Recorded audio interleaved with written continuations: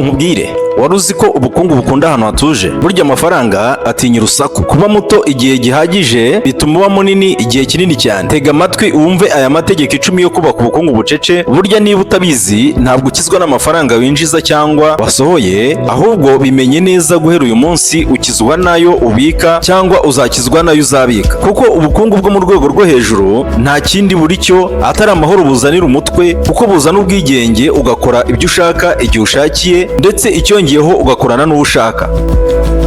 Aya ni amategeko abantu bafite ubukungu bose bazi, ndetse rimwe na rimwe batapfa no kukubwira. Aya mategeko igitangaje ntabwo agusaba kuba ufite amafaranga usanganywe, arakora atitaye aho uri guhera wubaka ubukungu bwawe.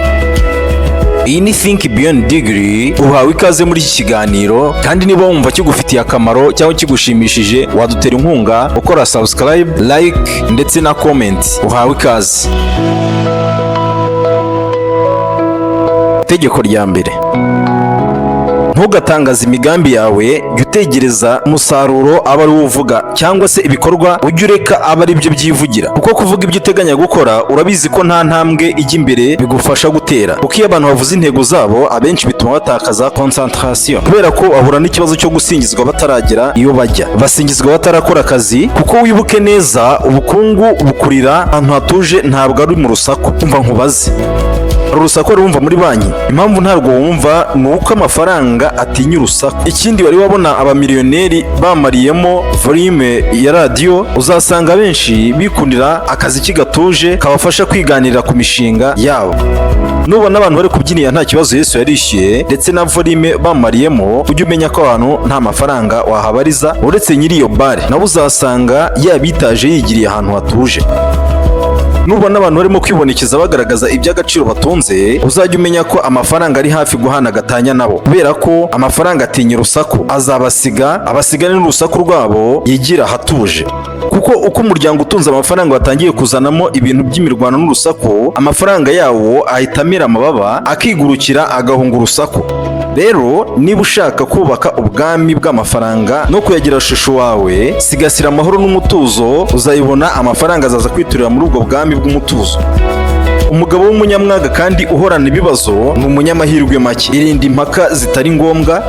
Inkuru izwi na benshi nuko amafaranga avuga, ariko ikindi umenye ko amafaranga numva. Ntibisobanura 100% ngo imigambi yawe uyiceceke burundu, hoya. Biravuze ngo ahubwo jya witonda, umenye neza abo wenda kubwira ibyo wenda gukora, umenye n'inkunga yabo muri iyo migambi yawe. Kuko nupfa kuvuga gusa, hari igihe uzasanga urimo kubwira umuntu ibitamureba, umwuzuriza umutwe, rimwe na rimwe unanamwongerera ishyari. Niba ufite igitekerezo cya business, kubera iki ugenda ubyasasa?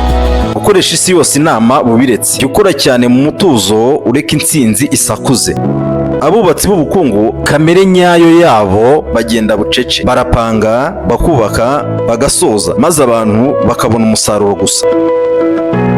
Itegeko rya kabiri: ubaka imitungo, kwishimisha biza nyuma. Umubare munini w'abantu ukunda gukora amakosa yo gutakaza amafaranga menshi kugira ngo bigaragare nk'intsinzi. Usanga bagura ibintu bihenze cyane, akenshi bitari ngombwa. Ibyo byose bigomba kubanzirizwa no kubaka ubukungu nyabwo. Ibi rero bifatwa nko kubara usubira inyuma. Ubukungu bwiza ni ubuva mu mitungo ibyara amafaranga, ntabwo ari mu ifoto. Iyo imitungo ikoze cyane, nibwo kwishimisha bishobora kuzaba byiza kandi by'igihe kirekire. Ariko iyi foto ije mbere, amafaranga abura vuba kandi hafi burundu.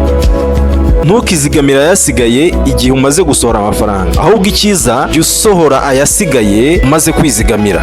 Reka nkubwire akantu kandi wihangane ukumve neza. Nuzajya winjiza amafaranga, uzajya uyagabanyamo ibi bice bitatu: 70% ajye mu kukubeshaho, 20% uzajya uhita uyashyira mu mitungo, ayazagufasha kubaka ubukungu nko kuyashyira muri business n'ibindi bisa n'ibi. 10% ni yandi yo kwishimisha, kuko nabyo hari igihe biba ari ngombwa. Urugero, niba winjiza amafaranga 100,000, 70,000 bizajya mu kugufasha gukemura ibintu by'ingenzi nkenerwa bya buri munsi, nko kurya, gukodesha, amazi n'umuriro n'ibindi nk'ibyo. 20,000 ugomba kubishyira mu kubaka imitungo, maze rero 10,000 ukabijyana mu mafoto, mbese bya bindi twita kwishimisha. Rero mbere yo kugura ikintu cyubaka ifoto, ibaza iki kibazo: ese nashoje 20%? Igisubizo ni kibahoya, bizagufasha kwihutira gushorera ahazaza hawe. Iri tegeko rero buri gihe rizakora igihe uzaba winjije amafaranga. Itegeko rya gatatu: urekera urwego rw'ubuzima bwawe hasi nubwo amafaranga winjiza yakiyongera. Abantu benshi iyo amafaranga yiyongereye bahita bimuka aho bari batuye, ikindi bahita bongera amafaranga menshi aruta ayo basohoraga. Burya ibanga ry'ubuzima buri hasi bugufasha kugenzura uko usohora amafaranga yawe kandi bugufasha kwizigamira ndetse yewe no gusohora ayakwiriye. Bivuze ngo gabanya ibyo usohora amafaranga cyane buri gihe uko winjije amafaranga menshi. Niba winjije amafaranga 150 ku kwezi maze ugashakisha uko ukoresha 100 mu kubaho, andi ukayazigama noneho andi ukayashora. Niba umushahara ugeze ku 250, uramenye ntuzahita uzamura ayo wakoreshaga ngo agere ku 150, kubera ko nibiba gutyo nta kintu uwo mushahara uzaba ukumariye. Ahubwo niba kuzamura nawe uzahita uzamura ayo wizigamira udasize nayo washoraga. Ibyo nibyo byubaka ubukungu butajegajega. Menya aka kantu. Burya ubukungu ntabwo buba mu kugira ibyo biti byawe byinshi, ahubwo buba mu kugira ibyawe byujuje ibyifuzo byawe.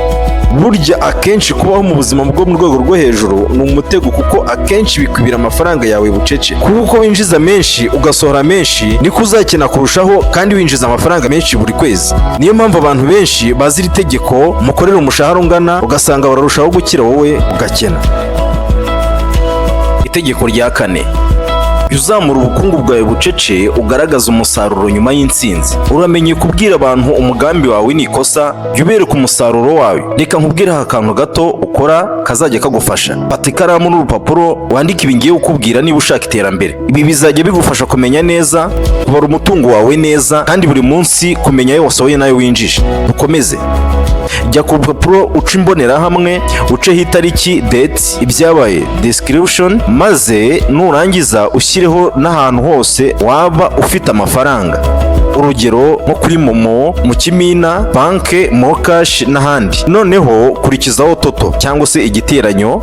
Ku munsi wayikoreyeho nta bintu byinshi uzajyamo, uzandikeho gusa amafaranga ariho kuri uwo munsi, wenda amafaranga ari kuri banke, kuri Momo, kuri Mokash n'ahandi. Noneho umunsi ukurikiyeho uzakoresha amafaranga yawe mu buryo busanzwe uko usanzwe uyakoresha, maze igihe ugiye kuryama uzabanze wandike ibyo wakoresheje amafaranga yawe yose muri uwo munsi, ayo wasohoye, ayo winjije, byose nta na kimwe wibagiwe. Ubwo ni ukuvuga ngo ayo winjije uzayateranyaho, ayo wasohoye iyo uyakuremo. Iyi mibare yose nirangira uzayateranya n'ayo wararanye. Niba hari ayo wohereje n'ayo bagukase urimo kohereza, ntuzibagirwe kuyashyiraho kuko nayo azaba ari mu yasohotse. Niba woherezaga amafaranga 2,000 bakagukata 100, ubwo uzaba wishyuye amafaranga 2,100. Ibi rero nubikora ibyumweru 2 uzaba wamenye neza uburyo amafaranga yawe yinjira n'uburyo asohokamo. Amafaranga washyize ahantu ngo wizigamire iyo ntuzayakoreho, ntuzayashyire hano, kuko ntabwo ari amafaranga uteganya gukoresha none cyangwa ejo. Ugomba gukora isuzuma buri gihe mu minsi 90 ukamenya neza niba amafaranga yawe arimo kuzamuka cyangwa arimo kumanuka. Muri ibi byose twavuze ugomba gukora ibintu byawe utuje, ntabwo ari post cyangwa se gupostinga ibikorwa byawe bitangaho amatangazo. Ubundi wakabatse ubutunzi bwawe utuje, kari bwo buzamuka nta ntambara zibayeho, kandi ikindi nabyo bizagufasha kuguma ku murongo wo guhozaho. Itegeko rya 5: hitamo amafaranga atuje aho guhitamo ya yandi apika cyane. Amafaranga apika cyane aba ari menshi, ariko akenshi uzasanga nta mutekano afite, atari stable. Uzasanga kenshi aza vuba ariko akanagenda vuba, ndetse rimwe na rimwe uzasanga anahagarara vuba. Ariko ikiza cy'amafaranga ari stable, aza gake gake ariko akamara igihe kinini. Niba ukeneye kubaka ubukungu butuje rero, ukeneye amafaranga ari stable. Kugira ngo n'ibintu ndimo mvuga ubyumve neza, ifashishe urugero rw'abantu 2.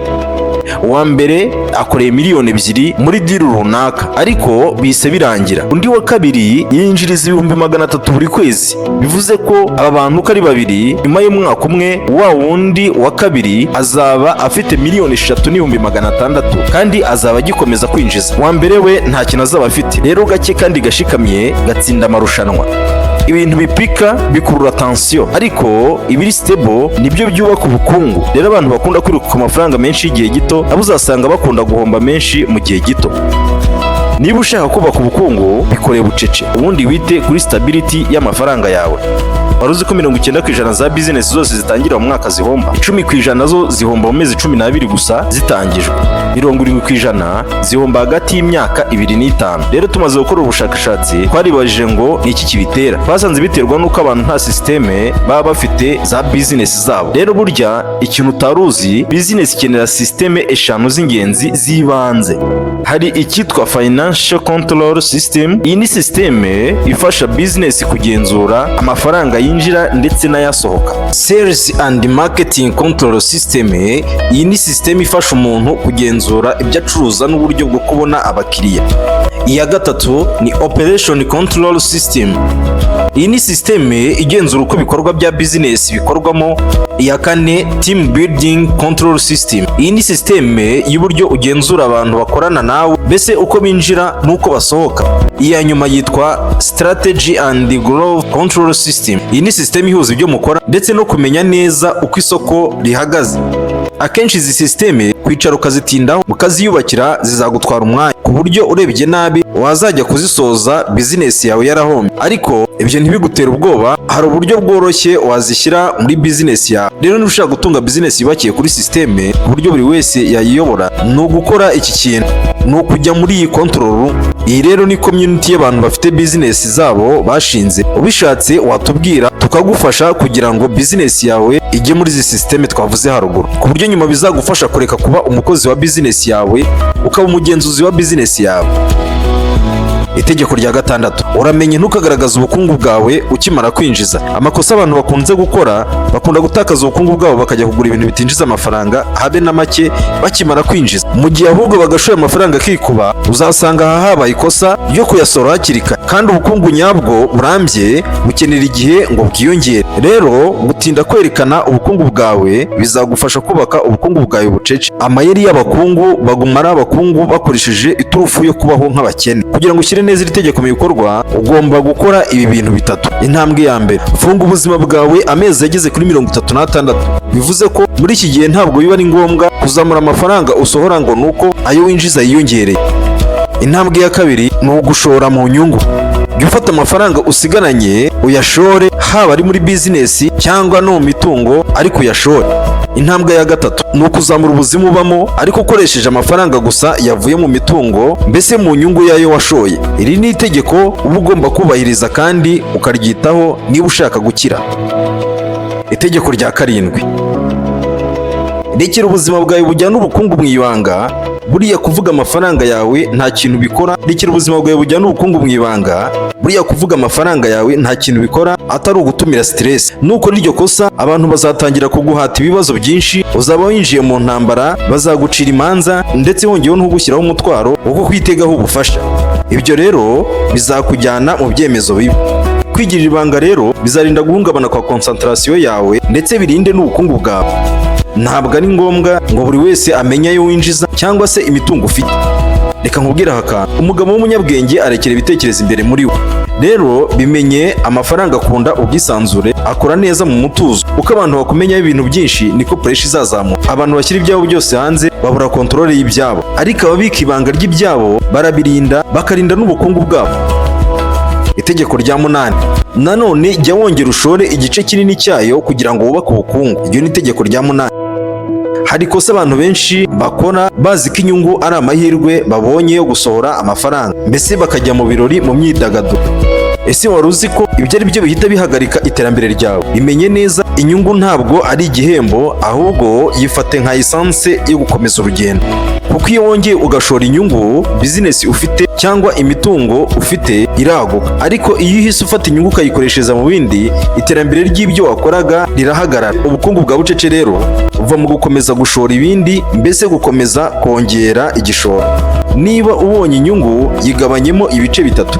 50% ongera uyashore, 30% yakoreshe mu kongera kuzamura imikorere ya business yawe. Urugero nko guha abakozi bawe training n'ibindi bijyanye no kuzamura urwego rwa operation zanyu. 20% aya niyo ugomba gukoresha mu bintu bigushimisha ariko udakabije.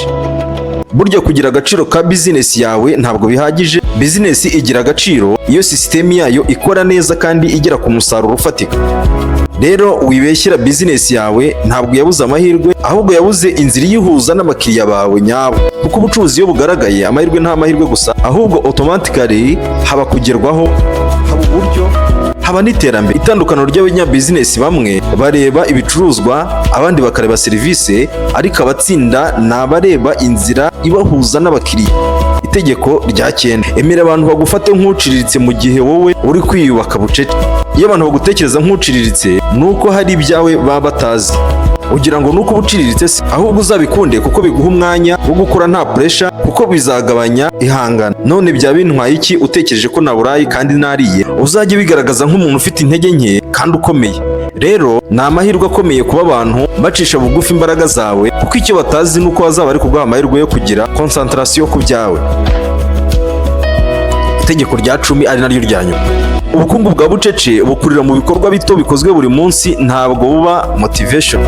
Abantu benshi bapanga ibintu ariko bagakora ikosa ryo kuzajya kubikora ari uko bafite motivation. Ubukungu bukenera ibikorwa bihoraho. Gerageza yewe bibe bito ariko bikore buri gihe, kuko ibyo bihinduramo imbaraga mu amafaranga. Ubuhangange si igikorwa ahubwo ni umuco. Koresha iyi systeme ukorera ibikorwa bitatu. Igikorwa cya mbere ni icyo ari cyo cyose kikwinjiriza amafaranga. Igikorwa cya kabiri ni igikorwa kizamura imitungo yawe. Aha ni ukuzamura ibikorwa bya business yawe gake. Icya gatatu, gira umwanya wo kuba ari wowe ugenzura ubukungu bwawe. Ibintu bitatu rero iyo bikozwe neza buri gihe bizana umusaruro ufatika. Iyi ni system ugomba gukora buri munsi, kabone n'ubwo waba nta mbaraga ufite.